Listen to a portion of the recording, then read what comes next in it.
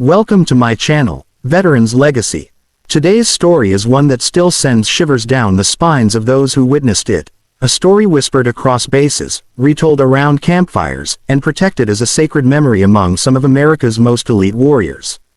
It's a story about pride, sacrifice, and the unbreakable chain of brotherhood that connects past and present. And it begins in a quiet corner of Fort Bragg, where an old veteran sat alone, cleaning a rifle that looked far older than he was. The morning sky was muted, a pale gray stretched thin as if the sun itself hesitated to interrupt the silence of the base. Delta Force operators moved through the training yard with the usual precision and discipline, yet even the sharp cracks of rifles and barked commands could not drown out the subtle aura of something different. Sergeant Mason Hale, a decade into Delta and known for being unshakable, was the first to notice him. The old man wasn't on any roster. He wasn't part of any visiting group. He wasn't wearing modern fatigues, just a faded olive jacket with patches too worn to identify from a distance. His hands were steady, almost graceful, as he ran a cloth down the length of a rifle no one had seen in active use for generations. A Springfield M1903, a relic of another time. "Hey, Sarge," whispered Cooper, the youngest operator on the team, nudging Mason's arm. "Who's the old guy? Looks like he walked out of a museum."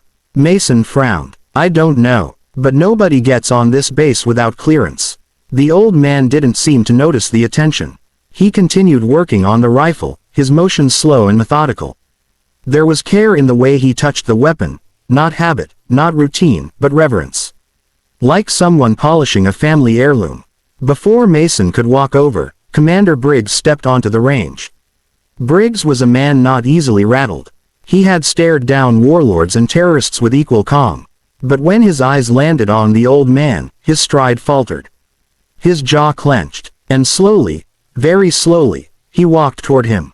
"Sir," Mason murmured, "you know him." Briggs didn't answer. He only shook his head slightly, as if trying to convince himself the man was real. The rest of the Delta operators watched in confused silence. This wasn't normal. Briggs didn't get surprised. Not ever. The commander stopped about 10 feet away from the old veteran. The man looked up, his eyes a pale blue that seemed to see straight through the years, steady, sharp, and impossibly calm. "Colonel," he said softly, his voice worn but steady. Briggs swallowed hard. "I haven't been a colonel for a long time, sir." The veteran nodded, almost amused. "Rank stays with the soul longer than with the uniform." Mason and the others exchanged bewildered glances.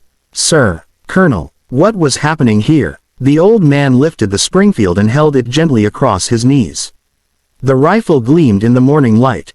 "You're cleaning that like you expect to use it," Briggs said carefully. "I'm cleaning it," the veteran replied, "because I've been called." Word spread fast. Within minutes, a dozen Delta operators silently gathered, giving distance but unwilling to walk away. Something about the old man demanded respect, not by force, not by rank, but by presence. Cooper finally whispered, "He's been called." "Called for what?" Briggs let out a long breath. "That rifle. Look at the stock." Mason stepped a little closer, squinting, then froze. There was an engraving. "Sergeant Elias Warren. Never forget Hill 637 inches." Mason felt a punch to the chest. Hill 637 was a legend, a brutal firefight in the Pacific during World War II. According to military lore, a single Marine sniper had held the hill against waves of enemy forces to protect his platoon during evacuation. The odds were impossible, the survival even more so. But the name, Sergeant Elias Warren, that was a ghost story. A myth. Some even claimed the man didn't survive the war. Elias Warren, the old veteran sitting before them, was supposed to have died over 70 years ago. "Sir," Mason stepped forward, voice unsteady. "That can't be you." Hill 637 was. 1944, the veteran finished for him. A lifetime ago. Maybe two. Mason felt the hair on his arms rise. Briggs slowly kneeled in front of the old man. "They said you never came home." Warren gave a wistful smile. "Home isn't always a place, Colonel. Sometimes it's a moment. Sometimes it's the people you saved, and the ones you couldn't." The operators fell silent. Even the wind seemed to stop moving. Warren continued cleaning the rifle, his cloth gliding with a tenderness that bordered on heartbreaking. I didn't come here to cause trouble, he said quietly. I came because my duty isn't finished. Sir, Briggs said softly, with respect, you served your time. You gave more than anyone could ever ask. Warren shook his head. Duty isn't about time, it's about purpose. Mason knelt beside the commander. What purpose, sir? What brings you here? Warren didn't look offended by the question.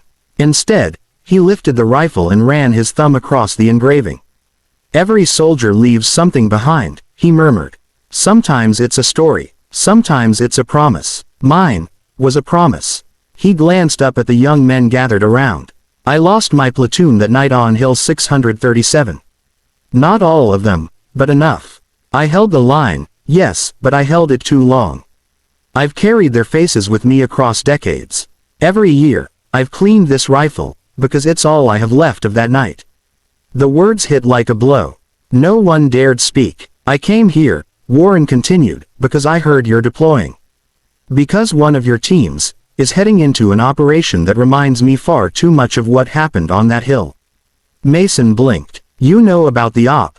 That's classified. Son, Warren said gently, you don't live as long as I have without learning how to listen to the world. There was something eerie about how calm he was. Something ancient. Briggs cleared his throat. What do you want from us, Sergeant Warren? Warren looked around the group, at the young faces, the hardened eyes, the unspoken fears only soldiers understood. I want to stand with you, he said simply. I want to watch your flanks.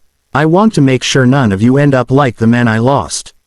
Cooper whispered, but, you're too old to deploy. Warren chuckled softly. War doesn't care how old you are, only how true your aim is. Briggs stood and took a long step back. His voice was thick, almost breaking. Sergeant Warren, Elias Warren died in 1945. I've seen the grave. Every Marine knows the name. Warren didn't flinch. Then let me be a ghost one more time. Mason felt a chill crawl up his spine. The other operators shifted nervously, unsure whether to be afraid or honored. Warren continued, let me do what I was born to do. Let me protect those who still carry the rifle. For a moment, no one moved. It felt as if time itself held its breath. Then Briggs stepped forward again, slowly kneeling until he was eye to eye with the old veteran.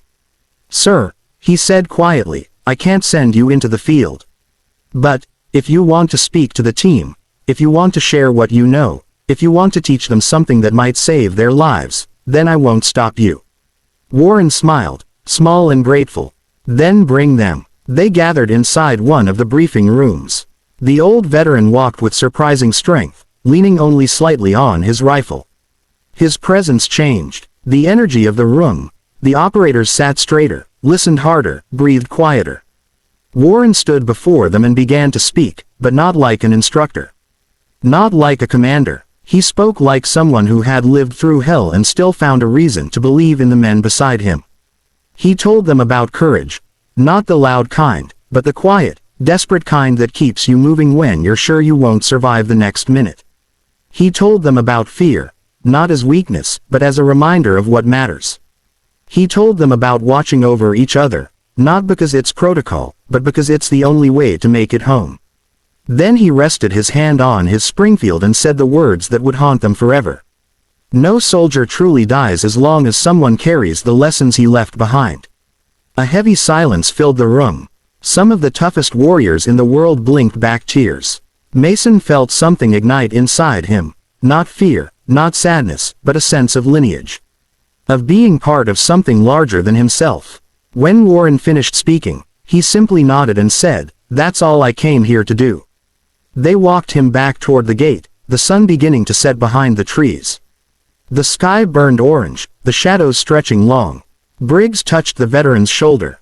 "Thank you, for everything. I don't know how you got here, but I'm damn grateful you did." Warren gave a humble nod. "Take care of your boys, Colonel." "We will," Briggs said. "I promise." The old veteran smiled faintly. "And I'll watch over you, from wherever soldiers go when their war is finally done." He turned, walking slowly toward the gate. The guards saluted without being commanded, something instinctive, respectful, solemn. When he crossed the threshold into the fading light, a breeze swept through the base. And just like that, Elias Warren was gone, literally gone, not walking down the road, not visible in the distance. Just gone, as if he had never been there at all. The Springfield rifle was gone too. Only a faint smell of gun oil lingered in the air. Mason whispered, "Sir, was he?" Briggs nodded, eyes misted. "Yeah, son, he was." Cooper swallowed hard. "A ghost." The commander shook his head. "A guardian." That night, before deployment, every Delta operator silently etched something onto their gear. A small mark, a set of initials, a promise to the man who had visited them. EU 637. Not superstition, not fear, respect. And when they deployed, when the firefight erupted and the world turned to chaos, not a single man on that team was lost. Later, they would swear they felt someone watching their flanks. A presence, a steadiness, a calm in the storm. Some even claimed they heard the faint crack of an old rifle, just when they needed it most. They never forgot him. They never would. Because heroes don't fade. They echo. Through time. Through lives. Through the quiet lessons they leave behind. And somewhere, on a hill no map can find, a lone soldier keeps his promise. Thank you for watching Veterans Legacy. If this story moved you, if it reminded you of the sacrifices made by those who came before us, please like, comment, and subscribe.